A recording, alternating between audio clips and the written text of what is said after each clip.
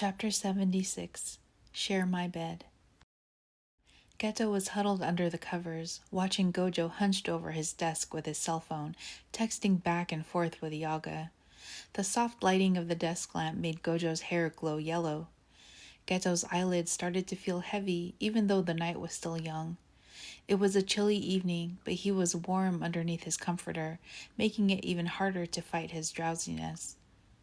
Gojo eventually put his phone down and turned to glance over at him. He still won't share a bed with me, huh?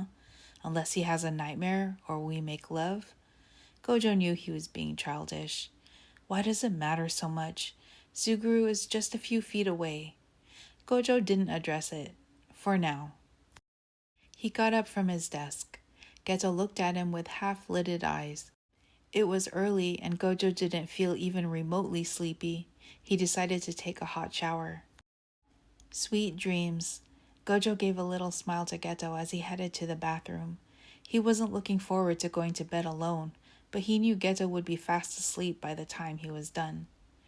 What was that look? Geto wondered as Gojo shut the bathroom door.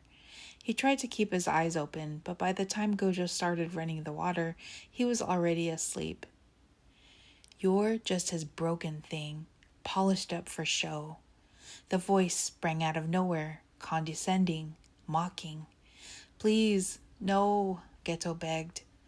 You'll fail again, and he'll finally stop trying to fix you. Derisive laughter. Geto fought the swell of emotions taking over him. He was half awake, his cursed energy surging. He was caught between the voice demanding his attention and keeping himself under control. This newfound peace you think you've achieved, it's the quiet before your next scream. Geto willed his mind to go blank. He was strong enough to do it when he was a patient in the hospital.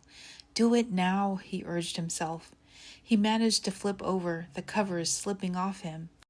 But it was too late. The sinister voice echoed in his head. You were his equal once, remember? Before you broke? A creak sounded from the door. Suguru? Gojo's voice, uncertain, cut through the cruelty. The sinister voice trailed away, and the air snapped still. Only Geto's harsh, uneven breathing remained. Gojo stepped out of the bathroom, wrapped in his robe, steam rising from him. You okay? Gojo asked, noticing the disheveled covers. Yeah, Geto answered, just dreaming. He pulled his comforter back around him.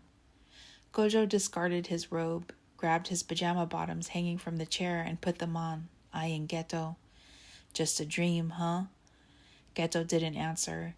He was relieved he didn't completely lose control, even in his sleep. He still let the voices get to him, though. Their cruelty chipped away at him. He didn't mean to sigh so loud, but Gojo heard. Gojo switched his desk lamp off. He stood in the dark for a moment, then sat at the edge of Geto's bed. Suguru? Huh? Why won't you share a bed with me? Gojo finally asked. Am I that much of a bother when you have to control my outbursts? That's why you want me close? Geto asked, an edge to his tone, remembering the taunts from the voices. Suguru, that's not why, Gojo started. This conversation was not going the way he wanted. He changed course. Can I come under there with you? It's a little cold. Geto made space and Gojo crawled under the covers. He hadn't had a chance to put his t-shirt on, and Geto was warm against his bare upper body. He put an arm around him. I don't feel right unless I can have you close like this. It has nothing to do with controlling you. Gojo watched Geto's expression soften. I don't sleep well unless I know you're okay. So when you're not right here, Gojo squeezed him, I get lonely. Geto's heart clenched. He was constantly lonely for Gojo, even when Gojo was right there. He was always on the edge, dreading the day someone or something would take him away, or that he would leave. Take whatever love Satoru wants to give you. At least you'll have it now, even if it hurts later when it's gone. Suguru, share a bed with me. Geto swallowed, a lump in his throat. Okay, but on a trial basis only, Geto tried to joke, to shake off the heaviness of his internal dialogue. I can deal with that, Gojo smiled. I don't want to hear any bitching about my snoring or stealing the covers. You don't snore, you talk in your sleep, Gojo corrected him. Wait, are you sure it's not just for easy access to my body? Geto squinted at him and pulled away a little. Not the main reason, but it's a bonus.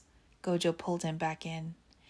And if you get sick of me, don't do that, Suguru. Gojo scolded Geto gently.